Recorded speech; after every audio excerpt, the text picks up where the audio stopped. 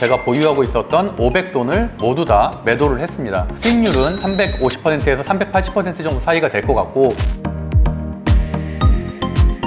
안녕하세요, 대표님. 네, 안녕하세요. 요즘 금값이 좀 이상한데 금이 폭락하게 되는 걸까요? 네, 제가 4월 29일에 젊은 부자들 TV에 올렸었던 금값 시세에 대한 전망을 그대로 한번 틀어볼게요. 박스권 안에 시세를 유지해야 됨에도 그런 여러 가지 돌발 악재들 때문에 추가적인 상승, 그리고 거기에서 그 가파른 하락이 없을 뿐이지 상승한 요인인 전쟁의 리스크가 하나 제거되면 당연히 하락하게 될 것이고, 트럼프도 안정적인 정책을 유지하게 되고 상호 관세 리스크들이 조금씩 해소될 때는 금값은 지속적으로 하락을 할 겁니다.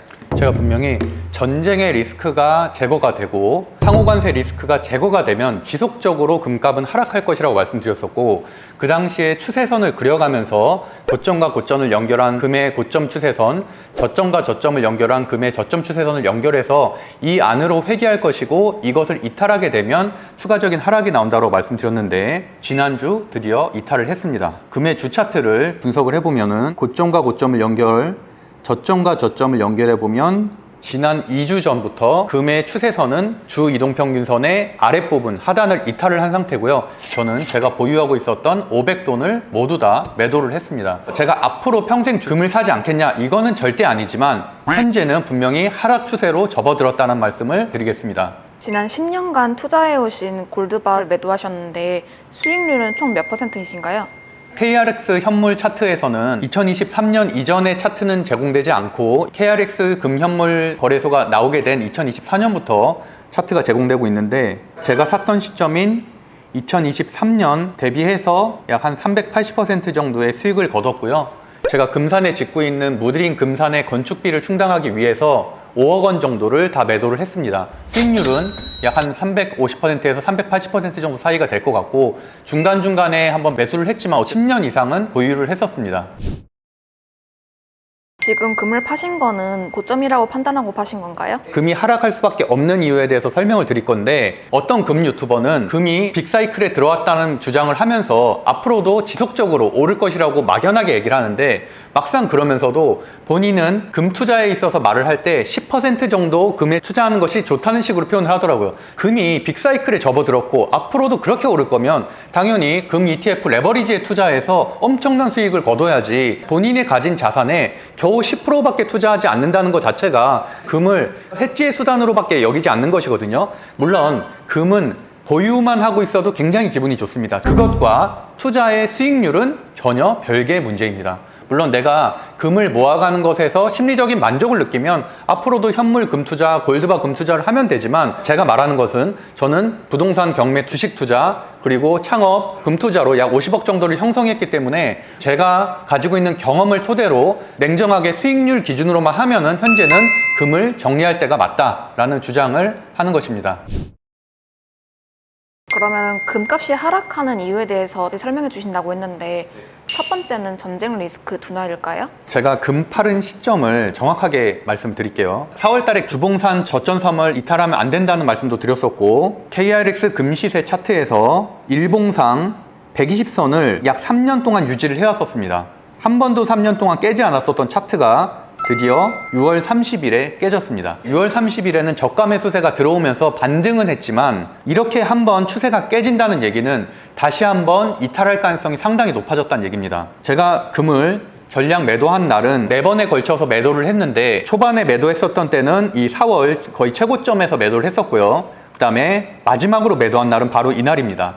6월 13일에 2% 급등이 있었던 날은 이스라엘이 이란의 핵시설을 공격한 날입니다. 그날 2% 급등을 했고, 그 다음 거래일인 6월 16일에 상승이 나왔었으면, 또는 6월 13일에 고점을 지지를 했었다면 당연히 저는 좀 더 홀딩을 했을 것 같고요. 그럼 더 높은 가격에 팔 수 있으니까. 특히나 저 같은 경우는 약 400돈 정도를 매도하기 때문에 1%만 상승해도 100만 원 이상의 시세 차익을 거둘 수가 있습니다. 이 고점을 깨는 것을 보고서 시세는 끝났다 라고 생각을 해서 전량 매도를 했었습니다. 6월 13일에 고점인 15만 300원을 이탈하면서 저는 전량을 매도를 했고요. 그러고 나서 보시는 것처럼 약 7%가 더 폭락을 했습니다. 그러고 나서 120선에서 저가 매수세가 들어오긴 했지만, 일반적으로 차트 공부하시는 분들은 잘 알겠지만 120선에서는 기술적 반등은 굉장히 흔하게 있는 일입니다. 그렇기 때문에 일정 부분은 현재 추세가 훼손됐다고 생각을 하고, 이란이 이스라엘의 핵시설을 공격한 일은 사상 최초입니다. 미군이 개입을 해서 이란의 핵시설을 폭격했다는 기사가 나오기도 했지만, 중동 전쟁의 긴장감이 더 커진다면 과거처럼 금값이 더 올라야 함에도 불구하고 금값은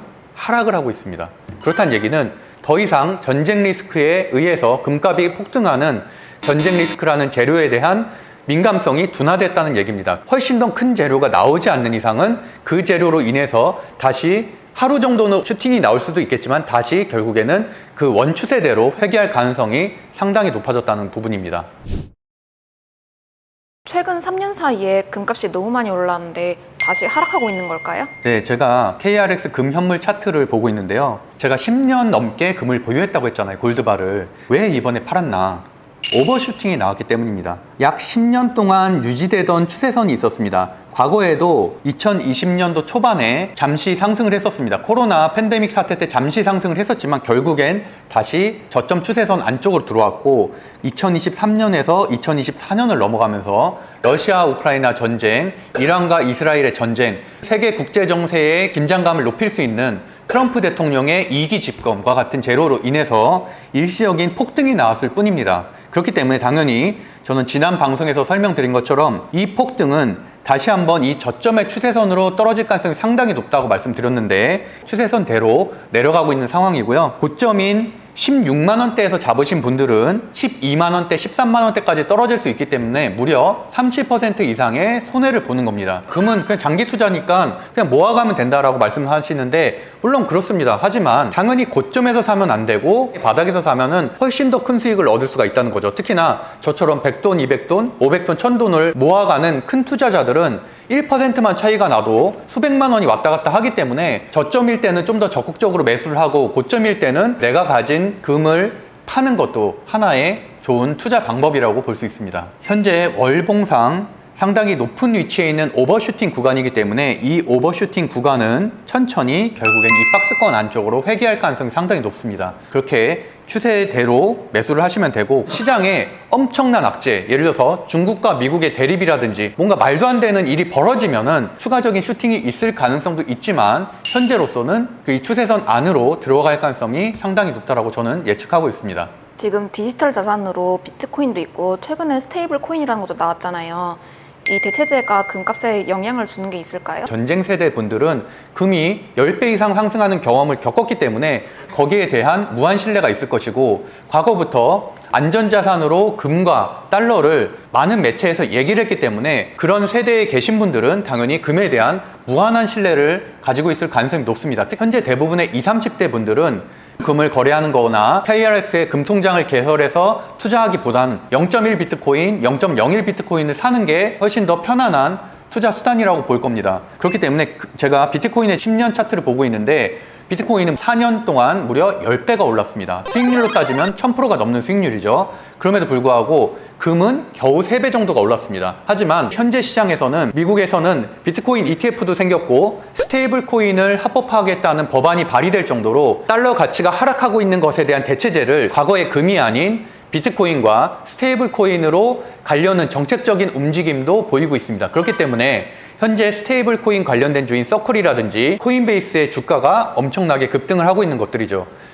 미국의 채권의 하락을 방어하기 위해서 스테이블 코인을 좀 더 강화시킬 가능성이 높기 때문에 현재 20대, 30대가 주도가 되는 10년 뒤에는 금은 더 하락할 것이고 비트코인의 가격은 더 상승할 것으로 보고 있습니다. 이것은 비단 개인의 선택이 아닌 국가적인 정책에서 비트코인과 스테이블 코인을 매수하고 있는 움직임이기 때문에 디지털 자산인 비트코인이나 스테이블 코인은 더 이상 가상자산이 아닌 화폐로서의 충분한 역할을 하고 있는 상황입니다. 그래서 정리해서 말씀드리면, 과거엔 안전자산이 금 그리고 달러 이 두 가지로 대변이 됐다면, 현재는 이 대체제인 비트코인과 스테이블 코인이라는 새로운 대체제가 나오고 있는 상황이고, 우리나라 역시도 원화 기반 스테이블 코인에 대한 정책적인 논의가 이루어지고 있기 때문에 앞으로 금값이 폭등할 일은 개인적으로는 없다라고 보고 있습니다.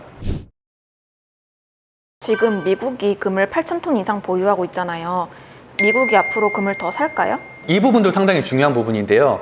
공식적인 자료에 의하면 미국은 약 8,000톤 이상의 금을 보유하고 있고 중국은 공식적인 입장은 아니지만 5,000톤 이상 보유하고 있다는 자료들이 있습니다. 미국은 더 이상 금을 살 만한 여력이 되지 않습니다. 그렇기 때문에 금의 8,000톤 이상의 보유량도 전 세계 1위의 보유량을 가지고 있기 때문에 이것을 더 매입할 만한 정책적인 자금 자체가 부족하고 미국의 경제도 침체되고 있는 상황이고 채권 가격도 하락하고 있는 가격이기 때문에 최근에 그런 것들을 방어하기 위해서 스테이블 코인에 대한 논의가 대두되고 있는 것이거든요. 그러한 전체적인 흐름을 본다면 특정 국가가 금을 급격하게 매수를 해서 가격의 왜곡 현상이 일어날 가능성은 상당히 줄었다라고 보시는 게 맞습니다. 지금 이재명 대통령이 주식시장 부양책을 펼치고 있는데 이게 금값에도 영향을 미칠까요? 불과 3일 전의 발언입니다. 이재명 대통령이 부동산에 있는 자금을 주식시장으로 가게끔 유도를 하겠다라는 발언을 했거든요. 굉장히 유의미한 발언입니다. 여대 야소면서 강력한 대통령이 나섰던 사례가 굉장히 적기 때문에 정책 드라이브는 강하게 걸릴 것으로 보고 있습니다.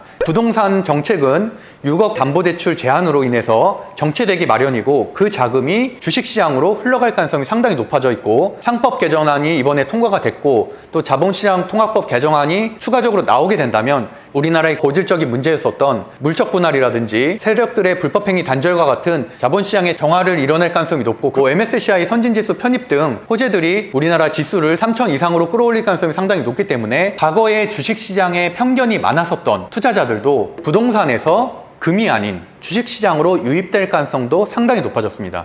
물론 개별적인 종목이 아닌 ETF 또는 미국 주식으로 갈 가능성도 있지만 막연하게 익숙하지 않은 금에 투자하기보단 젊은 세대들은 부동산에 묶였었던 자금이 대중적이지 않은 금 투자보단 좀 더 접근성이 쉬운 주식 투자나 코인 시장으로 흘러들어갈 가능성이 높기 때문에 이러한 국내 정책도 금 시세가 하락하는 데 영향을 미칠 것으로 보고 있습니다. 그래서 정리를 해보면 금의 폭락은 아니겠지만 가파르게 상승하던 금의 추세는 훼손이 분명히 됐고 지금부턴 하락 추세로 접어들 가능성이 있습니다. 과거 30년 동안의 금 차트를 보면 금이 폭락했었던 때도 있고 장기간 하락했었던 때도 있습니다. 무조건 금은 안전자산이기 때문에 바닥은 항상 견조하다라는 생각을 하지 마시고 최근에 있었던 금의 20%, 30%의 변동성은 정상적이지 않다라는 것을 분명히 인지하시면 좋겠고요.